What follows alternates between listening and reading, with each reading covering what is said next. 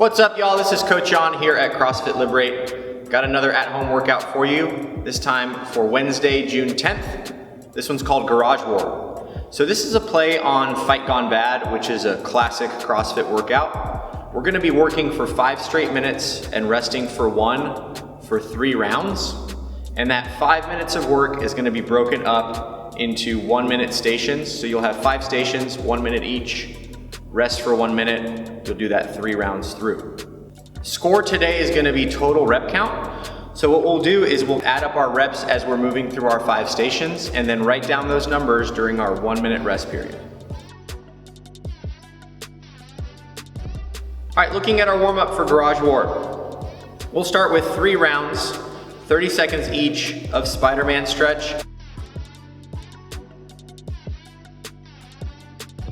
and glute bridges.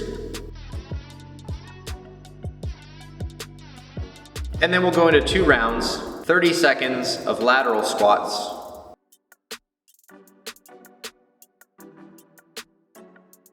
and 30 seconds of single leg glute bridges. Round 1 on those single leg glute bridges will be on the right side. Round 2 will be on the left side. And then we'll do 1 round, 1 minute of line hops, and 1 minute of glute bridge walkouts.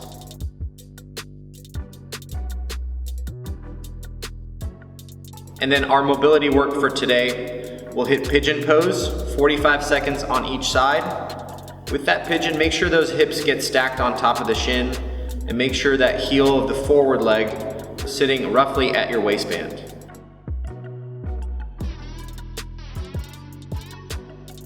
Then we'll take our odd object and stretch out our ankles. So we'll place that odd object right on the top of the knee and use the weight of that object plus our torso to stretch out that ankle, the calf, and that heel.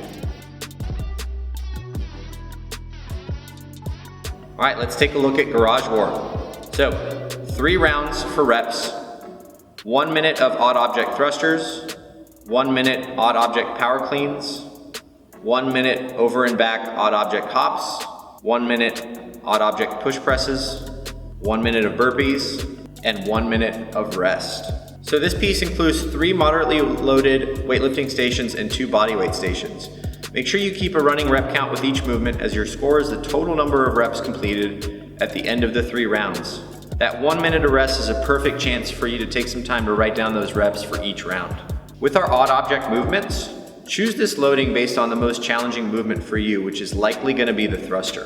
This should be a weight that allows you to complete 21 thrusters unbroken when fresh. Here are some notes on the movements. On the power cleans, the odd object must touch the floor on each rep. And on the thrusters and push press, there is no rebend of the knees after driving the object overhead.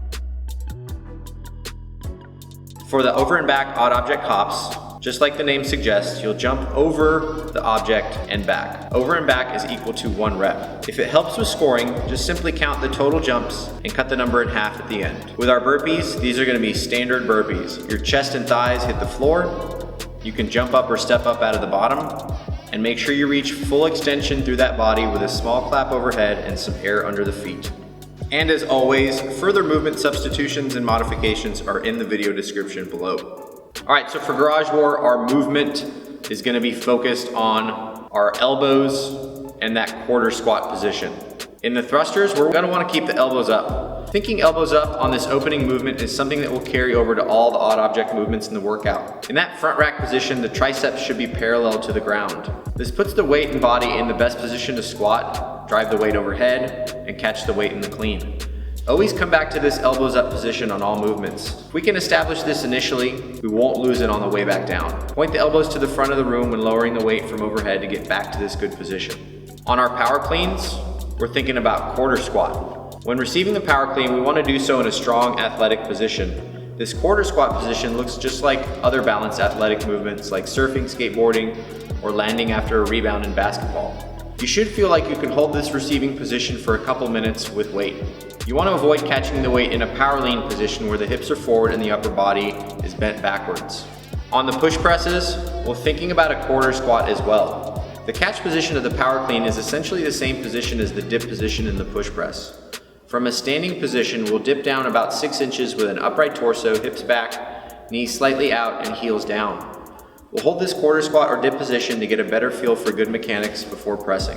On the over and back odd object hops, we'll want to maintain a soft bend in the hips and knees. The legs will never fully straighten during this movement. This allows for good absorption of the impact of landing and makes for a quick transition from jump to jump. And then on the burpees, when jumping or stepping out of the burpee, we want to do so with a slight bend in the knees. This allows for a quick transition from the landing portion of the movement right into the jumping portion of the movement. Landing with straight knees and locked legs makes it more likely that we will land on just the toes and make for a slower transition from the ground to the jump. All right, so in approaching garage war from a strategy standpoint, you got 5 minutes of work and 1 minute of rest. So we probably can't afford to sprint these work intervals. So instead, we want to kind of approach this from a consistency standpoint. So how do we need to work for our scores across those 3 rounds to be within 5 to 10 reps of each other? So there's a couple of different ways to go about this. You can look at these movements and think about realistically what you could be able to hit in a minute and then plan for that across all 3 rounds. Or you could look at this and say, I'm gonna work for 40 seconds, really nice and hard, take about 20 seconds of rest to transition, and then get on to that next movement. And our last movement on these intervals is gonna be the burpee. So you got 1 minute of burpees to finish. Don't really need to plan for much rest there. You've got rest coming afterwards. Just try to work steadily across that whole minute of burpees. All right, y'all, make sure you get after this thing. I want you to definitely log those scores into SugarWOD. We always want to be tracking our fitness and our results over time to show progress. And we cannot wait to see you guys back in the gym really soon.